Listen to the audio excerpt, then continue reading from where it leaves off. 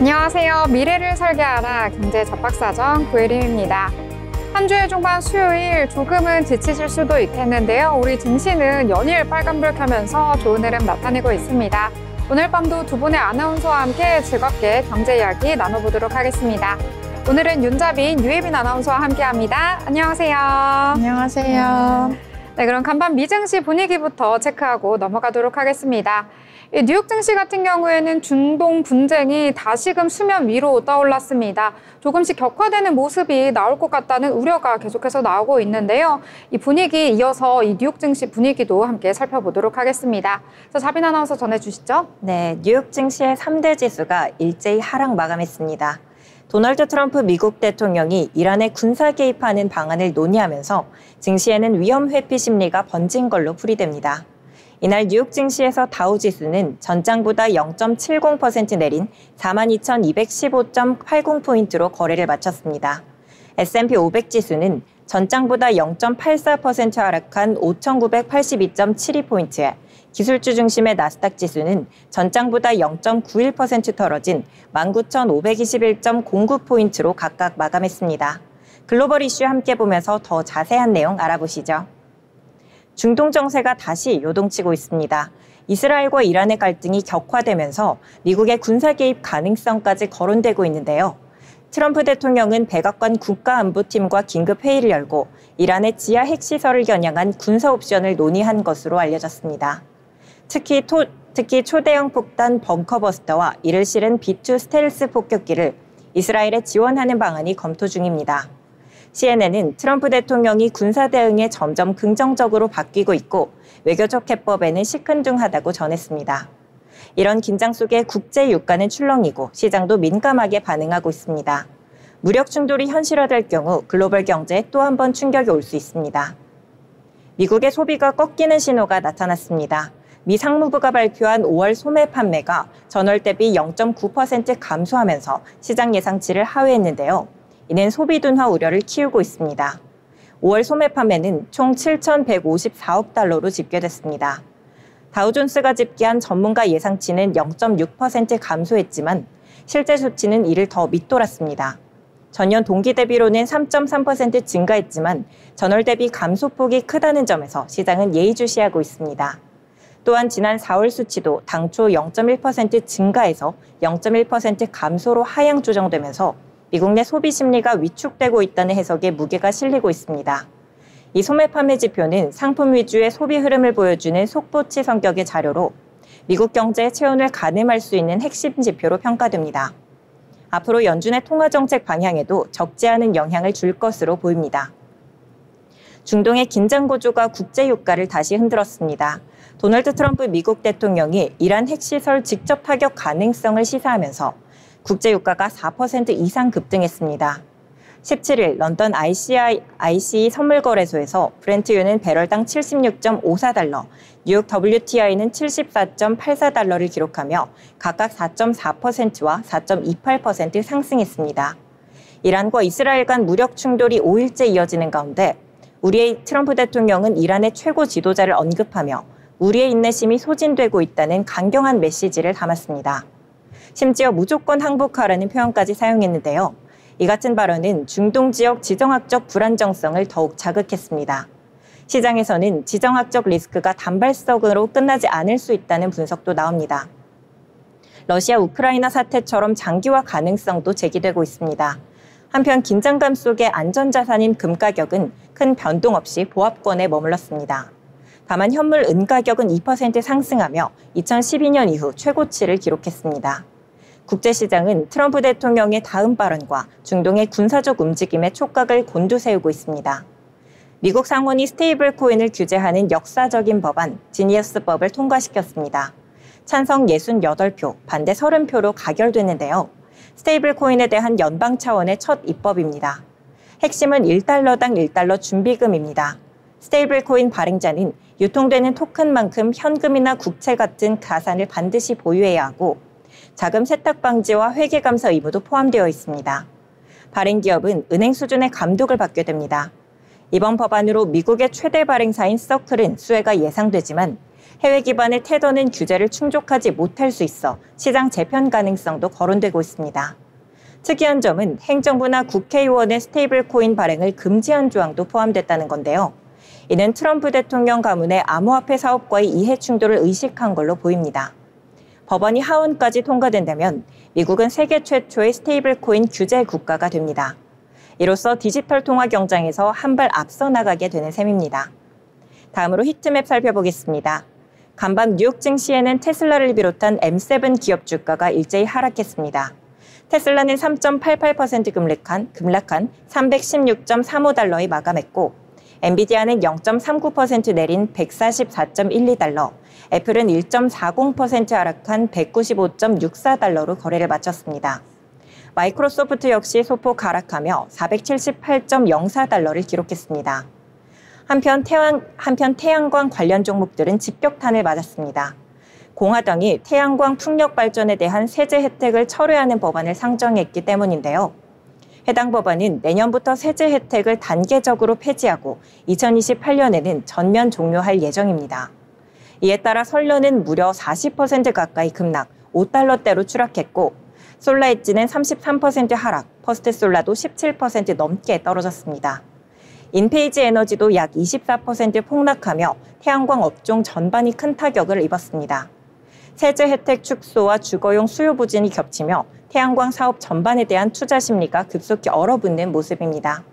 이어서 주요 기업들 이슈도 함께 체크해 보시죠. 간밤 뉴욕 증시에서 테슬라 주가가 3.88% 하락했습니다. 미국의 중동 분쟁 개입 우려에 대해 실적 전망 하향이 주가 하락을 부추겼다는 분석입니다. 투자은행 웰스파고는 테슬라의 2025년과 2026년 실적 전망치를 하향 조정하며 투자 의견도 비중 축소로 제시했습니다. 콜린 랭건 애널리스트는 차량 인도 지연과 생산 차질을 이유로 들며 2분기 판매량이 전년 동기 대비 21% 감소할 것으로 내다봤습니다. 자율주행 관련해서도 부정적인 전망이 나왔습니다.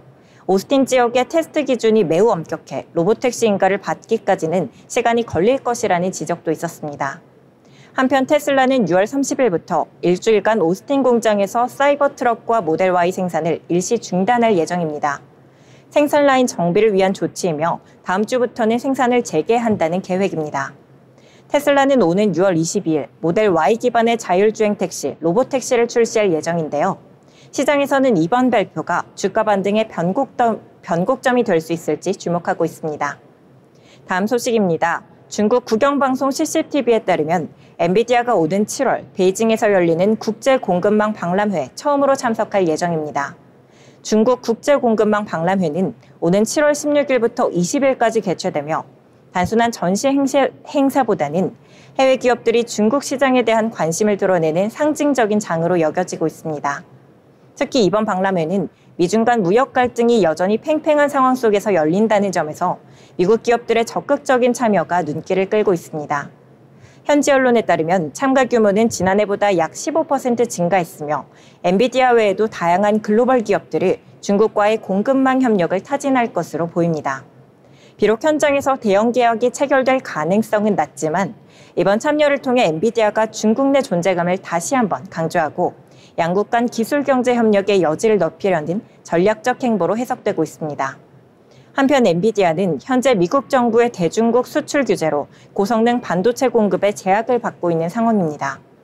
이러한 가운데 박람회 참석이 규제 완화나 중국 시장 접근 확대의 신호탄이 될 수 있을지 주목됩니다. 다음 소식입니다. 메타가 광고 제작의 판도를 바꿀 수 있는 신기술을 선보였습니다. 메타는 광고주들이 정적인 이미지로도 보다 역동적인 콘텐츠를 제작할 수 있도록 인공지능 기반의 이미지 투 비디오 광고 도구를 새롭게 업데이트했다고 밝혔습니다.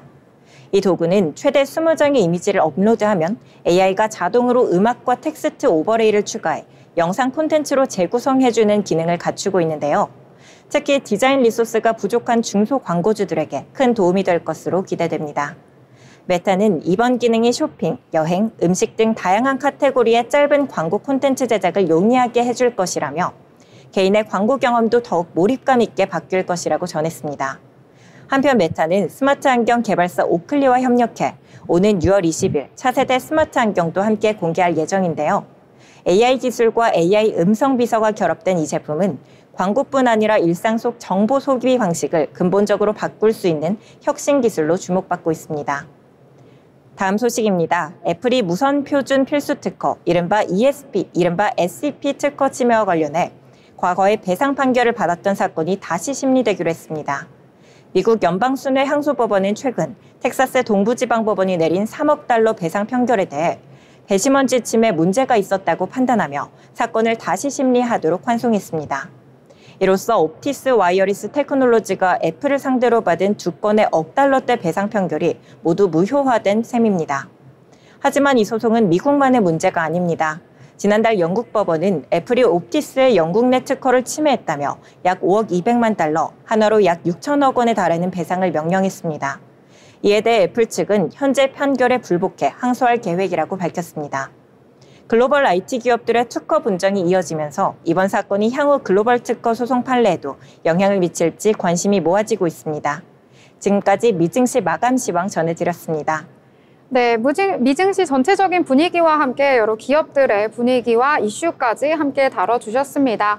자, 일단 미증시 약세로 마감하긴 했는데요. 여러 중동의 지정학적 리스크와 더불어서 이제 미국의 FOMC 열리고 있기 때문에 이 부분에 대해서도 주목을 하셔야 할 것 같습니다. 총 이틀간의 일정으로 열릴 계획이고요. 이번에 금리를 동결한 이후에 또 제롬 파월 의장이 어떤 발언을 내놓을지 이 회견에서 좀 더 비둘기파적인 발언을 내놓지 않을까 시장에선 예상하고 있거든요. 이 부분까지 참고해보시면 좋을 것 같습니다. 자, 그러면 저희 이번에는 기업에 대해서도 알아볼 시간인데요. 자, 예빈 아나운서 오늘 어떤 기업 준비하셨을까요? 네, 오늘 함께 살펴볼 기업은요. 배달앱을 넘어 우리의 라이프 스타일까지 책임지고 있는 것이죠. 배달의 민족 지주회사인 우아한 형제들입니다. 이 기업은 2010년 모바일 배달앱 배달의 민족을 출시하며 첫 발을 내디뎠는데요. 치킨이나 짜장면처럼 익숙한 음식 배달부터 시작해서 지금은 국내 배달앱 시장 점유율 1위를 차지하고 있습니다. 2024년 기준으로는 월 사용자 수 2,200만 명 이상이고요. 연간 거래액은 30조 원 이상으로 추정됩니다. 명실상부 국민 배달앱이라고 불릴 만큼 우리 생활 깊숙이 자리 잡은 플랫폼이 되었습니다. 2019년에는 독일의 딜리버리 히어로에 약 5조 원에 인수되면서 글로벌 푸드테크 기업으로 발돋움하는 계기가 됐죠. 배달의 민족 하면 가장 먼저 떠오르는 건 뭘까요? 저는 재치 있는 문구 그리고 감각적인 디자인이 가장 먼저 생각나는데요. 이불 밖은 위험해요. 그리고 치킨은 살 안 쪄요. 살은 내가 쪄요. 이런 문구들이 사람들의 기억에 오래 남으며 브랜드 충성도를 끌어올렸습니다. 또한 앱 사용 환경, UI 디자인, 결제 편의성 대부분에서 사용자 중심의 세심한 배려가 돋보였는데요. 이런 기술력과 감성이 잘 합해져서 지금의 배달의 민족을 만들 수 있었습니다. 그렇다면 단순한 배달앱을 넘어 우아한 형제들은 어떤 방향으로 지나가고 있을까요? 우선 기술력 면에서 가장 눈에 띄는 부분은 자율주행 로봇 배송입니다. 딜리라는 이름의 배달 로봇은 서울 테헤란로 광교 등지에서 실제로 테스트를 거쳤다고 하는데요. 엘리베이터를 타고 건물 내부까지 이동하는 기술도 확보한 상태라고 합니다. 조만간 우리와 일상에서 마주칠 날도 머지않아 보입니다. 또 하나 드론 배송도 활발히 실험 중입니다. 제주도와 도서산간 지역을 중심으로 날씨나 지형의 영향을 받지 않고 배송 시스템을 구축하고 있는데요. 그리고 AI 기술도 빼놓을 수 없습니다. 메뉴 추천, 리뷰 분석, 배달 예상 시간까지 안내되면서 AI가 전방위로 도입되고 라이더의 사고율은 무려 27% 감소했다고 합니다. 주문 전환율도 눈에 띄게 올라갔다는 분석이 나오고 있습니다. 이처럼 기술 투자를 적극적으로 이어가는 동시에 우아한 형제들은 소상공인과의 상생에도 힘쓰고 있습니다. 배민상회를 통해 저렴한 가격으로 식자재와 배달용품을 공급하고 외식업 창업을 위한 정보와 교육을 제공하는 컨퍼런스도 열고 있습니다. 이처럼 단순한 플랫폼을 넘어 외식 생태계를 함께 키워가는 그런 파트너의 모습도 보여주고 있습니다. 자, 그렇다면 실적은 어떤 흐름을 보이고 있을까요? 2024년 기준 우아한 형제들의 매출은 4조 3,226억 원, 영업이익은 6,408억 원으로 집계됐습니다. 전년 대비 매출은 26.6% 증가했고요. 서비스형 수익, 즉 배달과 커머스 부분 매출은 30.9% 성장하며 여전히 건재한 실적을 보여주고 있습니다. 다만 쿠팡이츠와의 경쟁이 치열해지면서 시장 점유율은 소폭 하락했고요. 영업이익률도 20%대에서 14%로 떨어지는 등 수익성에 대한 압박은 다소 느껴지고 있는 상황입니다. 그럼에도 불구하고 배달의 민족은 콘텐츠도 놓치지 않고 있습니다. 배민문방구, 배민상회, 배민쿡처럼 배민 브랜드를 활용한 콘텐츠와 굿즈 역시 MZ 사이에서 인기를 끌고 있는데요. 이제는 단순한 배달 앱을 넘어 라이프스타일 브랜드로 입지를 다지고 있는 오늘의 기업 우아한 형제들이었습니다. 네, 우아한 형제들 많이들 알고 계실 것 같습니다. 배민이라는 음식을 주문해 먹는 플랫폼으로들 많이 알고 계시는데요. 일단 2019년에 인수가 된 이후에 언제쯤 상장을 할까 많은 분들이 기대를 하고 계시는데 2025년, 26년 이쯤에 상장을 할 수도 있다라는 이야기가 솔솔 나오면서요. 많은 투자자분들 관심 있게 지켜보고 있는 것 같습니다. 앞으로의 여러 가지 영업이익이라든지 매출 관련해서도 참고해 보시면 좋을 것 같습니다. 자, 그러면 이번에는 저희 뉴스에서 경제 내용들 살펴보려고 하는데요. 오늘도 많은 내용 준비하셨다고요? 네, 오늘 신문에서 발췌한 기사를 전해드리는 뉴스 브리핑 시간입니다. 첫 번째 소식입니다. 이재명 정부의 국정운영 방향을 설계하는 국정기획위원회가 앞으로의 경제정책의 밑그림을 내놨습니다. 먼저 눈에 띄는 부분은 고소득층과 대기업에 대한 조세 감면을 정비하겠다는 방침입니다. 즉 지금까지 혜택을 받아온 일부 고소득자와 대기업을 대상으로 세금 감면 범위를 다시 조정하겠다는 의미인데요. 세입, 즉 정부의 수입 기반을 보다 튼튼하게 다지기 위한 조치로 보입니다. 이 내용은 기존 더불어민주당이 추진했던 방안과는 상충되는 면이 있어 정책 조율 과정에서 진통이 예상됩니다. 또 하나 주목할 점은 새로운 과세 대상을 체계화하겠다는 구상입니다. 대표적으로는 플랫폼 산업, 디지털 자산, 그리고 탄소입니다. 디지털 자산, 즉 암호화폐 관련 세금은 그동안 과세식이나 방법을 두고 논란이 컸었죠. 이번에는 이 부분을 제도적으로 정리하겠다는 입장인데요. 과거 여당이 주장해온 암호화폐 양도소득세 유예와는 반대되는 기조라 정책 추진 과정에서 혼선도 우려됩니다. 공정거래위원회에 대해서는 이른바 킬러 인수를 방지하겠다는 제도 보완 내용이 담겼습니다. 대기업이 혁신 스타트업을 인수해 잠재적 경쟁자를 제거하는 걸 막기 위한 장치인데요. 이 내용은 기존 대선 공약집에는 없었던 추가 사항입니다. 또 통계청에 대해서는 기획재정부 외청에서 독립된 기구로 확대하겠다는 공약이 그대로 반영됐습니다. 정책 결정의 기초가 되는 데이터의 독립성을 보장하겠다는 취지입니다. 이번 발표는 대한민국의 진짜 성장을 위한 전략이라는 제목의 책자를 통해 이뤄졌습니다. 이 책자에는 이재명 대통령의 대선 공약과 선거 유세 기간 중 약속했던 내용들이 요약 정리되어 있습니다. 국정기획위원장은 각 부처에 이 책자를 바탕으로 국정과제를 수립하라고 주문한 것으로 알려졌습니다. 다음 소식입니다. 국내 고급 인력의 해외 유출이 심화되고 있습니다. 단순한 인재 이탈이 아닌 국가 경쟁력 전반에 영향을 미치는 문제로 떠오르고 있습니다. 대한상공회의소 산하 SGI, 지속성장 이니셔티브는 최근 보고서를 통해 두뇌 수지 적자가 갈수록 확대되고 있다고 밝혔습니다. 두뇌 수지란 국내 고급 인력의 해외 유출과 외국 인재의 국내 유입 간의 차이를 말하는데요.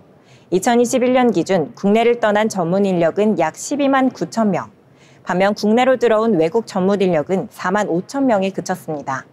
특히 AI 분야에서 우리나라의 인재 순 유출은 OECD 38개국 중 35위로 심각한 수준입니다. 보고서는 성과보다 연공서열식 보상체계, 부족한 연구 인프라, 좁은 협력 기회 등을 인재 유출의 원인으로 지적했습니다.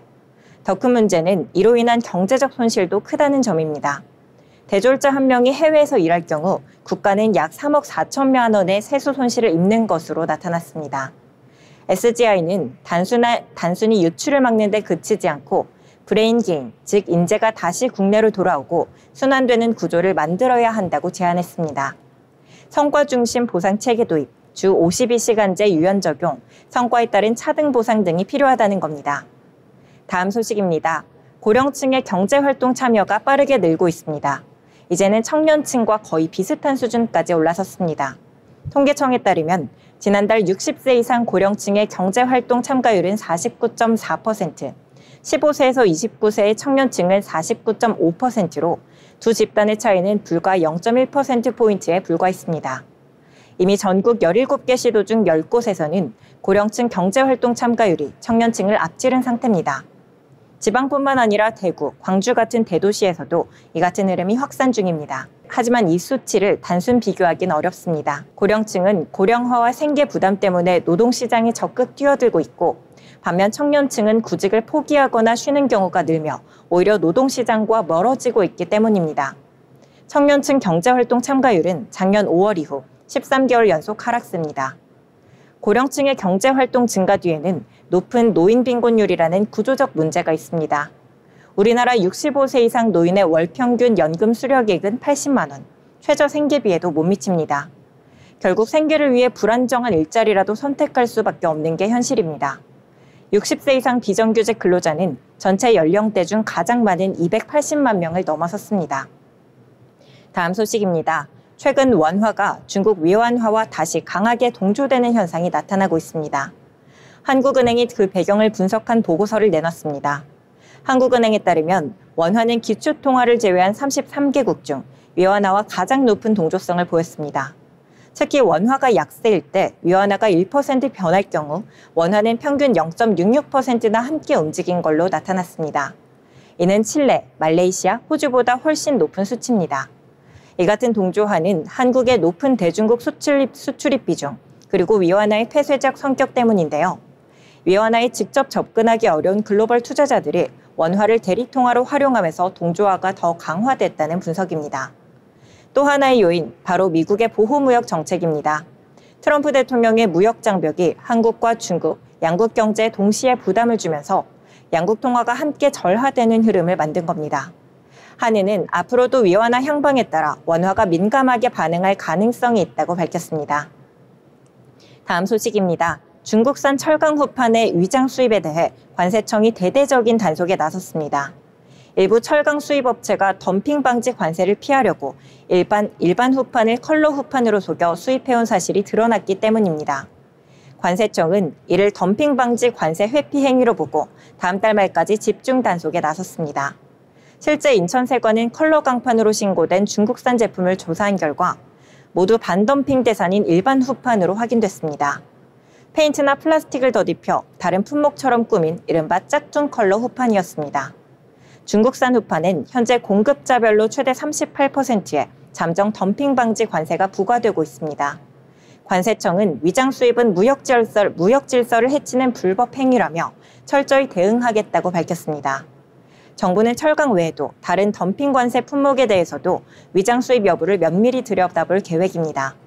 공정한 무역 환경 조성을 위한 조치에 철강업계는 물론 시장 전반에 관심이 쏠리고 있습니다. 지금까지 뉴스 브리핑 전해드렸습니다. 네, 국내와 해외 할 것 없이 여러 가지 내용들 잘 정리를 해주셨습니다. 이 내용들 참고하시면서 투자 전략 세워보시길 바라겠습니다. 더불어 본 방송에서 제공하는 정보는 투자 판단을 위한 조언일 뿐 해당 종목의 가치, 상승과 하락에 대해서는 보장하지 않습니다.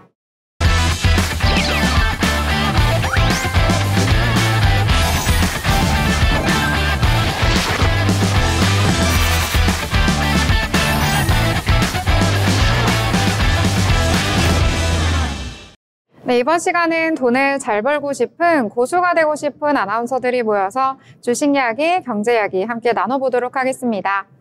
자, 일단 국내 증시 같은 경우에는 불안정한 글로벌 증시에 비해서 선전해주는 모습 나타나줬는데요. 이 중동의 여러 가지 지정학적 리스크와 더불어서 이 미국의 FOMC까지 여러 가지 이슈들이 혼재되어 있는 상황입니다. 이 투자자들은 경계하는 심리 보이긴 했는데 그래도 제한된 상단을 보이면서 어쨌든 플러스로 마감을 했다라고 볼 수가 있겠는데요. 일단 코스피 지수 같은 경우에는 3거래일 연속해서 상승하는 흐름 보여주면서 3,000선 코어까지 바짝 다가서며 마무리하는 모습 나타나줬습니다. 자, 그럼 자세한 지수 분위기도 살펴보도록 하겠습니다. 먼저 코스피 같은 경우에는 전거래일 대비 0.74% 상승하면서 마감했는데요. 이 파란불로 출발했던 코스피는 이 장중에 상승 전환한 이후에 계속해서 플러스권에서 움직이면서 2,972선에서 거래를 마쳤습니다. 오늘 수급 같은 경우에도 외국인 어제와는 다르게 매수 우위 포지션 보이면서 2,700억 원가량 매수 우위를 보였고요. 기관 같은 경우에도 1,300억 원대 매수 우위를 보였다라고 볼 수가 있겠습니다. 이 코스닥 같은 경우에도 역시 플러스로 마감을 하면서 좋은 분위기 속에서 마감을 했다라고 볼 수가 있겠는데요. 상승분 장 막판에 조금은 반납하면서 아쉽게 마무리하긴 했지만 그래도 0.53% 강보합선에서 마감을 하면서 779선에서 거래를 마쳤습니다. 이 코스닥 같은 경우에는 외국인과 기관 정반대의 포지션 보였는데요. 오늘 외국인은 700억 원가량 물량을 출회하는 모습 나타났고요. 기관 같은 경우에는 400억 원대 매수 우위를 보였다라고 볼 수가 있겠습니다. 이 시가총액 상단에 위치한 종목들도 확인을 해보시면은요. 오늘 코스닥과 코스피 전혀 다른 분위기 속에서 마감을 한 것 확인을 하실 수가 있겠는데요. 일단 반도체 투톱 어제와는 다르게 좀 삼성전자는 매수 그대로 유지하긴 했지만 SK하이닉스는 파란불 켜면서 마감을 했습니다. 이 삼성전자 2.93% 상승을 해주면서 좀 저가 매수세가 유지가 되면서 좀 상방의 하단을 지지를 했다라고 볼 수가 있겠고요. SK하이닉스는 최근 들어서 신고가 경신하는 흐름 보였었는데 오늘은 아쉽게도 1% 하락을 하면서 마감을 했습니다. 이 네이버 같은 경우에는 정책에 대한 수혜감 그대로 이어가고 있는 모습 확인을 할 수가 있겠는데요. 오늘은 무려 17%대 급등을 하면서 마감을 했다라고 볼 수가 있겠습니다. 이 코스닥 시장 같은 경우에는 오늘 같은 경우에 2차전지 소폭 상승을 하긴 했는데요. 그래도 워낙 최근 들어서 2차전지 흐름이 좋지 않다 보니까요. 오늘 같은 상승도 매우 반갑다라고 볼 수가 있겠습니다. 이외에 개별 이슈들이 있는 종목들 위주로 코스닥은 상승하는 흐름 보여줬던 하루였는데요. 자, 일단 오늘장 같은 경우에는 전쟁에 대한 이야기 계속해서 나올 수밖에 없고요. 이로 인해서 올랐던 종목들도 많습니다. 함께 이야기 나눠보도록 하겠습니다. 자, 그럼 자빈 아나운서 어떤 종목부터 이야기해볼까요? 네, 먼저 로킷 헬스케어가 미국 특허청에 연골재생 특허를 등록했다는 소식에 주목받고 있습니다. 이날 개장 전 로킷 헬스케어는 미국 특허청에 연골재생 관련 핵심 기술 특허 등록을 완료했다고 밝혔습니다. 이번 미국 특허는 초개인화 유리연골 재생치료 조성물에 대한 기술로 로킷 헬스케어가 개발한 AI 기반 연골 재생 플랫폼의 기술적 독립성과 글로벌 경쟁력을 확보한 것을 의미합니다. 회사 관계자는 기존 일시적 통증 완화 치료와는 완전히 차별화된 구조적, 근본적 연골 재생 치료 기술이라며 AI 분석, 연골 재생 바이오 잉크 기술, 바이오 프린팅을 통합한 AI 유리 연골 재생 플랫폼을 통해 빠르게 상용화될 것으로 기대한다고 말했습니다. 로킷 헬스케어는 이미 남미 시장 진출을 통해 연골 재생 제품의 글로벌 사업성을 입증했으며 이번 미국 특허 등록을 기점으로 세계 최대 연골 재생 시장 진출을 가속화할 방침입니다. 유석환 로킷 헬스케어 대표는 이번 특허 등록은 로킷 헬스케어의 AI 초개인화 연골 재생 기술이 구조적 안정성과 차별성을 글로벌 시장에서 인정받은 성과라며 글로벌 연골 재생 시장의 퍼스트 무버로서 미국에서도 실질적인 성과를 창출해 나갈 것이라고 강조했습니다. 미국 전문 시장 조사기관에 따르면 미국 연골 재생 시장은 2024년 기준 약 23억 3천만 달러 규모이며 2032년까지 연평균 성장률 5.7%로 36억 달러를 돌파할 것으로 예측됩니다. 미국 연골 재생 시장은 초고령화 및 스포츠 손상 증가, 무릎 관절염 조기 진단 증가에 따른 고부가 치료 시장으로 빠르게 성장하고 있습니다. 네, 이러한 흐름 속 로킷 헬스케어 장 초반 7.84% 오른 14,850원으로 출발해 장중한 때 19%까지 오르는 모습 보여줬습니다. 하지만 현재는 3.20% 오른 14,210원으로 종가 형성했습니다. 네, 상승분 많이 반납을 해서요. 윗골이 길게 달고 내려오긴 했는데요. 오늘 6거래일 만에 반등을 했다라고 볼 수가 있겠습니다. 특히 연골 시장 같은 경우에는요. 연골이 태어날 때 가지고 태어난 이후에 다시 재생이 되지 않는 부분이기 때문에 시장성이 굉장히 크다고 하거든요. 이 부분 참고해보시면서 투자 전략에도 고려해보시면 좋을 것 같습니다. 자, 이번에는 또 다른 내용 함께 살펴보려고 하는데요. 오늘 장에서 에너지주가 아주 강한 상승을 보여서 함께 이야기를 나누려고 합니다. 아무래도 중동 전쟁에 대한 여파가 계속해서 영향을 미치고 있는 것 같은데요. 이스라엘과 이란에 대한 분쟁 계속해서 지금 격화가 되고 있습니다. 여기에 그동안 좀 개입에 대해서 선을 그었던 미국이 다시 좀 개입을 할 수 있다라는 가능성 속에서 국제 유가가 급등을 하면서 관련주들도 일제히 급등한 것으로 풀이가 되고 있는데요. 자, 일단 자세한 내용 살펴보자면은요, 이 중동 지역의 지정학적 위험 더욱더 고조되는 가운데 이 미국에서는 직접 개입에 대한 가능성 실제적으로 나타나고 있습니다. 일단 트럼프 대통령은요, 캐나다에서 최근 들어서 G7 정상회의 일정을요, 하루 단축을 한 이후에 이 백악관으로 곧바로 복귀를 했습니다. 여기에서 이제 회의를 열었는데요. 이 NSC를 열고 핵심 참모들과 함께 이란을 직격하는 방안에 대해서 1시간 넘게 논의를 했다라고 전해졌습니다. 이후에는 또 대통령이 SNS에 글을 남기기도 했는데요. 우리는 소위 최고 지도자가 어디에 숨어 있는지 정확하게 알고 있다라고 하면서 우리의 인내심은 한계에 다다르고 있고 이란은 무조건 항복해야 한다라고 촉구를 했습니다. 이제 전쟁을 그만두지 않는다면 우리 미국이 나설 수도 있다라는 입장을 보여줬다라고 볼 수가 있겠는데요. 이 한편 아야톨라 알리 하메네이 이란 최고 지도자는요, 이 교전 중인 이스라엘과는 타협을 하지 않겠다라고 하면서 전투가 시작될 것이다라고 언급을 했고요. 오늘 오후에는 실제적으로 좀 타격을 하기도 했습니다. 이러한 가운데 국제유가는 계속해서 지금 상승하고 있는데요. 이 미국의 개입까지 이야기가 나오면서 더욱더 급등을 했습니다. 이 미국 뉴욕 상업거래소에서 서부 텍사스산 원유 7월 인도분 가격은요, 전거래일 대비 4%대 증가를 하면서 74.84달러에 거래를 마감을 했습니다.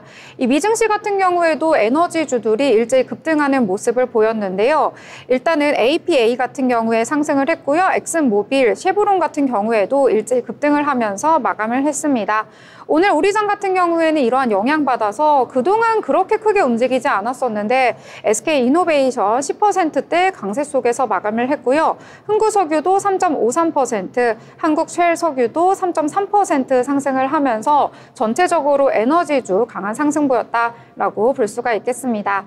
자, 그럼 또 다른 내용 함께 살펴보려고 하는데요. 이번엔 자빈 아나운서 어떤 종목인가요? 네, 한화솔루션을 비롯한 신재생에너지 관련주가 18일 국내 증시에서 일제히 약세를 나타내고 있습니다.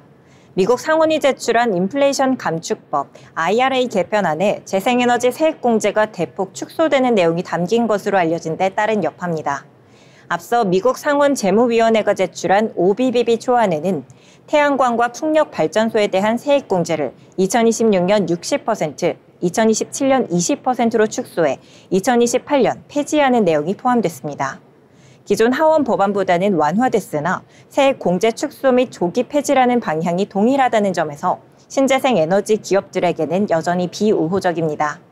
간밤 뉴욕 증시에서도 이러한 소식에 설런, 솔라에지 테크놀로지스, 퍼스트솔라 등 관련주들이 두 자릿수 급락했습니다. 함영도 신한투자증권 연구원은 이날 보고서에서 미국 상원이 IRA의 재생에너지 세제 혜택을 대폭 축소하는 방향으로 결정을 내렸다. 재생에너지 가격 경쟁력 약화가 불가피하다며 최종안이 통과될 것으로 보이는 7월까지 정책 리스크에 따른 주가 변동성이 확대될 것으로 예상했습니다. 다만 그는 정책 결과와 무관하게 2026년 재생에너지 수요는 반등할 것이라는 전망은 유지했습니다.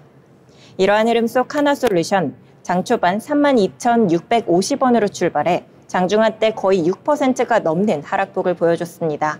하지만 현재는 이 하락분을 조금은 완화한 1.23% 내린 32,050원으로 종가 형성했습니다. 네, 한화솔루션 같은 경우에는 어제도 급락을 했습니다. 9%대 급락한 데 이어서 이틀간 약세 보이고 있는데요.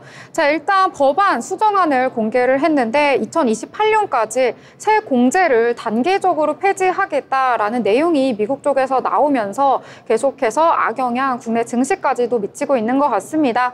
자, 일단은 수정안 공개가 되긴 했는데 또 앞으로 어떻게 변화가 될지 모르니까요. 새로운 내용 나오는 대로 전달을 해드리도록 하겠습니다. 자, 그러면 또 다른 종목 이야기 나눠보려고 하는데요. 이 경영권 이슈가 나오면서 또 주가에도 여러 가지 영향을 미치는 면이 있습니다. 오늘 장에서는 콜마홀딩스가 그랬는데요. 이 콜마홀딩스 경영권 분쟁이 나타나면서 오늘 장에서 상한가 기록을 했습니다. 이 콜마 그룹을 둘러싸고 오너 간의 경영권 갈등이 심화하는 모습이 나타났는데요. 이에 따라서 투자 심리가 달아온 것으로 풀이가 되고 있습니다. 자, 일단 콜마 그룹의 창업주 윤동한 한국콜마 회장이요. 지난달 30일에 서울중앙지방법원에 장남 윤상현 콜마홀딩스 부회장을 상대로 이 주식 반환 청구 소송을 제기했다라는 소식이 전해지면서 이 주식이 주가가 급등을 한 것으로 풀이가 되고 있습니다. 이번 소송 같은 경우에는 2019년에 이 윤 회장이 윤 부회장에게 부담부로 증여한 주식을 돌려받기 위해서 이게 진행이 된 것인데요. 아버지가 아들에게 증여했던 주식을 다시 반환하기 위해서 소송을 건 것은 이례적이다라고 볼 수도 있겠는데 여기에는 여러 가지 가족 간의 이 분쟁이 있는 것으로 전해지고 있습니다. 자, 일단 윤 회장은요, 2018년 9월에 장남 윤 부회장, 또 장녀인 윤여원 콜마 B&H 대표와 함께 이 향후 지배구조와 관련한 3자 간 경영 합의를 체결했다라고 전해졌었는데요. 이 경영 합의가 된 내용 안에는요, 윤 부회장이 콜마홀딩스 그리고 한국콜마를 통해서 그룹을 운영하기로 하고 또 적법한 범위 내에서 윤 대표를 지원하고 협조해야 한다라는 내용이 포함이 되어 있었습니다. 이런 합의를 전제 조건으로 해서 윤 회장이 윤 부회장에게 2019년 12월에 콜마홀딩스 주식 230만 주, 현재는 무상증자가 됐기 때문에 460만 주가 됐는데 이것을 증여를 했었습니다. 하지만 이후에 이 장남과 장녀가 갈등을 겪게 되면서 다시 지금 갈등이 수면 위로 격화되면서 올라온 것인데요. 자, 이후에 윤 회장이 주식 반환 청구 소송을 제기를 하면서 일단은 강력한 조치에 나섰고요. 이에 콜마홀딩스 주가가 뛴 것으로 풀이가 되고 있습니다. 자, 계속해서 경영권 분쟁 이야기가 나오면서 주가도 흔들릴 것으로 예상이 되고 있는데요. 일단 오늘 장에서는 52주 신고가를 경신을 하면서 계속해서 오르고 있습니다. 이 부분에 대해서도 새로운 소식 나오는 대로 추가적인 소식 전달을 해드리도록 하겠습니다.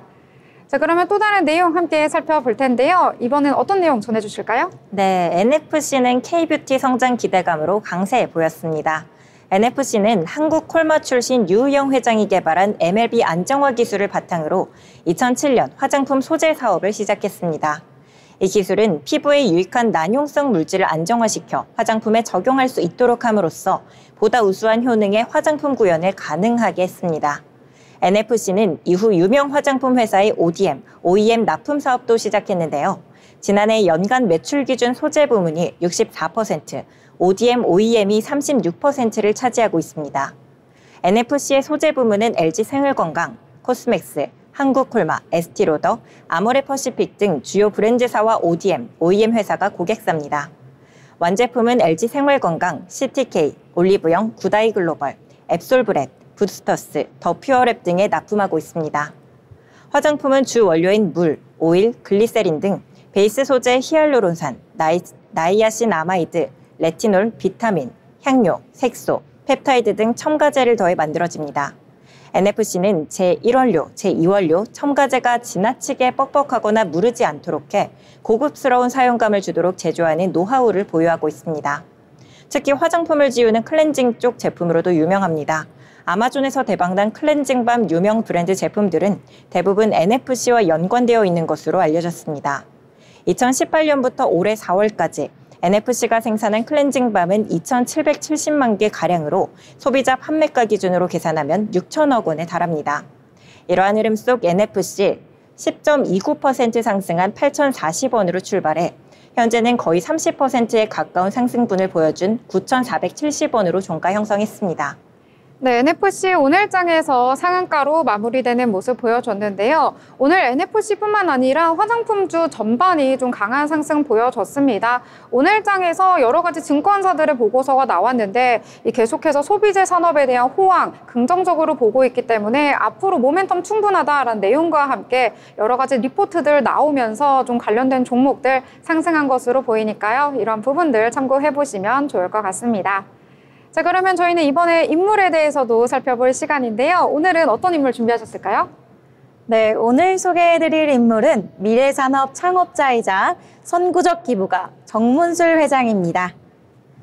1938년 전북 임실에서 태어나 중앙정보부에서 18년간 공직자로 일했던 정문술 회장은 1980년에 퇴직하며 퇴직금 2천만 원을 들고 미래산업을 설립하며 기업가로서 첫 발을 내딛습니다. 당시 한국에 있던 반도체 검사 장비 대부분은 일본 제품이었는데요. 정 회장은 일본의 은퇴 엔지니어를 직접 영입해서 국내 개발을 추진합니다. 이러한 초석 위에 반도체 검사 장비의 국산화 시대를 열게 되는 거죠. 그리고 1999년 미래산업은 국내 기업 최초로 나스닥 상장에 성공합니다. 또 2000년에는 매출 1,359억 원, 영업이익 98억 원을 기록합니다. 이 과정은 벤처 1세대의 신화가 되기도 했는데요. 그러나 그는 2001년 착한 기업을 만들어달라며 경영일선에 물러납니다. 또 부의 대물림을 하지 않겠다며 보유 주식을 전량 매도한 뒤 회사를 떠납니다. 이후 그는 기술과 기부라는 또 다른 여정을 시작하게 되는데요. 2001년에 300억 원, 2014년에는 215억을 추가 기부하면서 총 500억 원 이상을 카이스트에 기부했습니다. 기술과학 인재를 양성하는 일에 큰 뜻이 있었기 때문인데요. 그래서 현재까지 한국과학기술원에는 정문술 빌딩이 있습니다. 또 정 회장은 저서에서도 철학을 전했는데요. 1998년 왜 벌써 절망합니까에서는 창업 초기 고난과 실패를 솔직하게 털어냈고요. 2004년 아름다운 경영에서는 기술과 정도 경영의 중요성을 강조했습니다. 정문술 회장은 투명한 경영을 추구했었는데요. 사원들을 믿고 맡기며 신바람 나는 기업을 만들자는 이른바 낭만 경영을 실천했고요. 협력업체도 이익이 나야 한다는 철학 아래 정도 경영을 중시했습니다. 이처럼 정문술 회장은 계속해서 베푸는 모습을 보였는데요. 기부 행사에서는 이렇게 말했습니다. 부를 대물림하지 않겠다. 대한민국의 미래를 위해 쓸 것이다. 이렇게 기업은 기술뿐 아니라 사회와 미래 세대에 대한 책임을 져야 한다고 항시 믿었습니다. 오늘 이렇게 우리가 누리는 반도체 기술, 또 벤처 생태계, 그리고 첨단과학 연구 인프라는 정문술 회장의 기술 혁신과 사회 환원 정신에서 출발했다고 볼 수 있겠는데요. 정 회장의 선한 여정은 기업은 이익만이 아닌 사람과 미래를 위한 존재라는 메시지를 묵묵히 전달한 건 아닐까요? 지금까지 미래산업 창업자이자 선구적 기부가 정문술 회장이었습니다. 네, 미래산업 코스피에 상장된 기업입니다. 반도체 검사 장비 등을 만드는 기업이라는 점 참고해 보시길 바라겠습니다. 자, 그러면 이번에 저희 리포트 살펴볼 시간인데요. 오늘은 자빈 아나운서 어떤 리포트인가요? 네, 오늘은 K푸드의 글로벌 성장세에 주목받고 있는 기업, 바로 바이오포트에 대해 자세히 소개해드리겠습니다. 이 기업은 최근 코스닥에 상장되며 시장의 주목을 받고 있고요. 글로벌 유통공룡 코스트코를 통해 세계 시장을 넓혀가고 있는 국내 식품 회사입니다. 먼저 SK증권은 바이오포트에 대해 투자 의견 매수를 제시했고요. 목표 주가는 23,000원으로 현재 주가 대비 100% 이상의 상승 여력을 보고 있습니다. 이는 2026년 예상 주당 순이익, 즉 EPS 1,906원에 목표 주가 수익 비율 12배를 적용한 수치인데요. 바이오포트의 성장성을 감안했을 때 꽤 합리적인 기대치로 평가됩니다.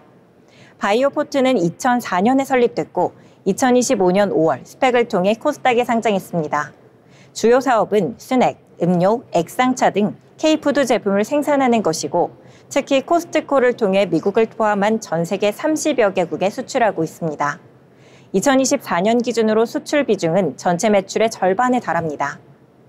바이오포트가 지금 주목받고 있는 이유는 무엇일까요?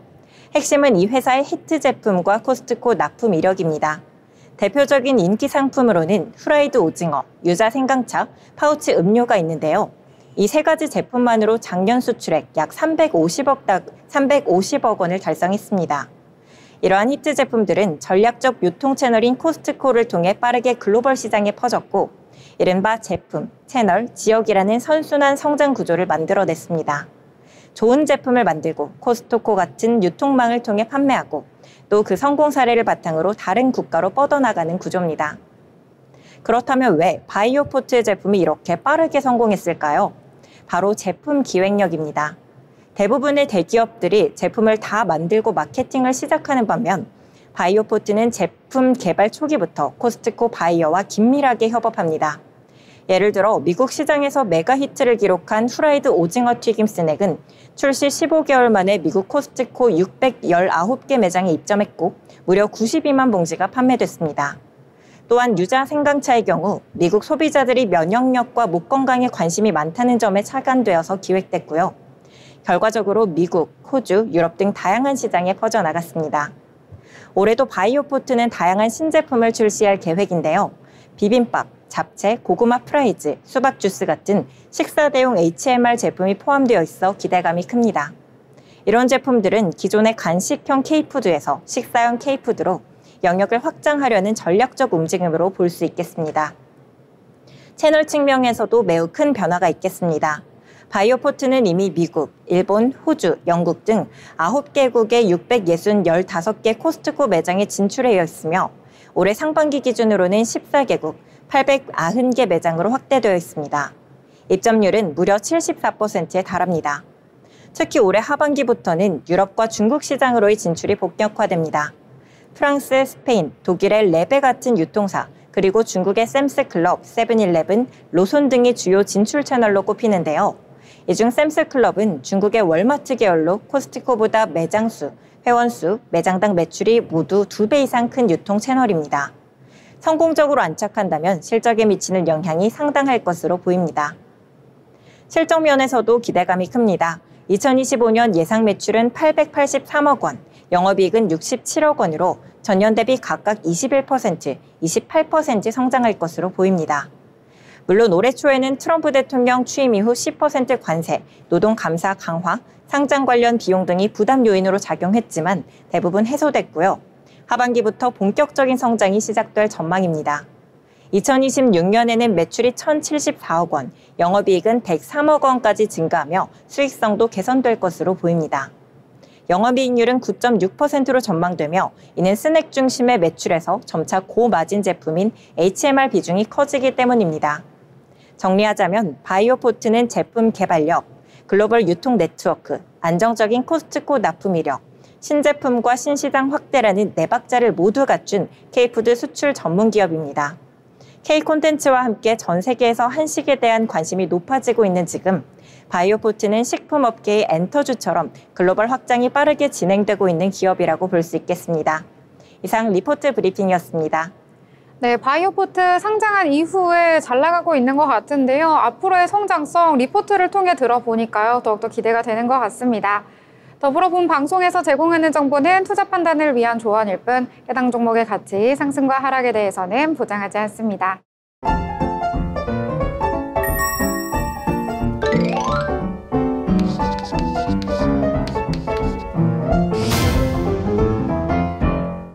네, 오늘 장에 대해서 다양한 이야기들 함께 나눠봤습니다. 자, 이번에는 좀 마무리를 해볼까 하는데요. 그래도 빨간불로 마무리됐기 때문에 좀 기분 좋게 또 이야기 나눠볼 수 있을 것 같습니다.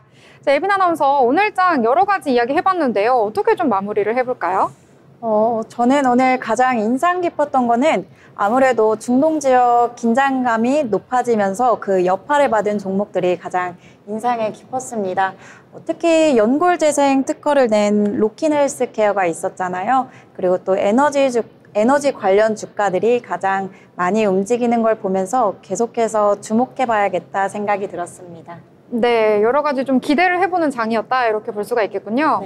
네, 기대를 해보는 장, 저희도 내일 또 기대를 해보도록 하겠고요. 자, 그럼 자빈 아나운서 어떻게 좀 요약해볼까요? 네, 앞서서 좀 기대를 하신다고 말씀하셨는데 저는 좀 아쉽다라고 말씀드릴 수 있을 것 같습니다. 코스피가 장중 3,000선에 바짝 다가섰지만 3,000선을 돌파하기에는 조금 무리가 있었죠. 이번에는 정말 갈 수 있을까라고 생각했는데 아직은 조금 부족한 것 같습니다. 또 이란, 이스라엘 전쟁 소식도 들려왔는데요. 전쟁이라는 게 고스란히 국민들 안전에 위협되는 것인 것만큼 참 마음이 편치만은 않은 하루인 것 같습니다. 얼른 좀 조속히 해결이 됐으면 하는 바람입니다. 네, 기대되는 장, 또 아쉬운 장 이렇게 각각 정리를 했는데요. 계속해서 3,000 될 것 같은데 그 앞에서 지금 끝이 나는 것 같습니다. 내일은 또 3,000을 재도전 이렇게 오늘 장 정리를 해보도록 하겠습니다. 자, 오늘 방송은 여기서 마무리 짓고요. 저희는 내일 방송으로 다시 찾아뵙도록 하겠습니다. 시청해주신 여러분 고맙습니다.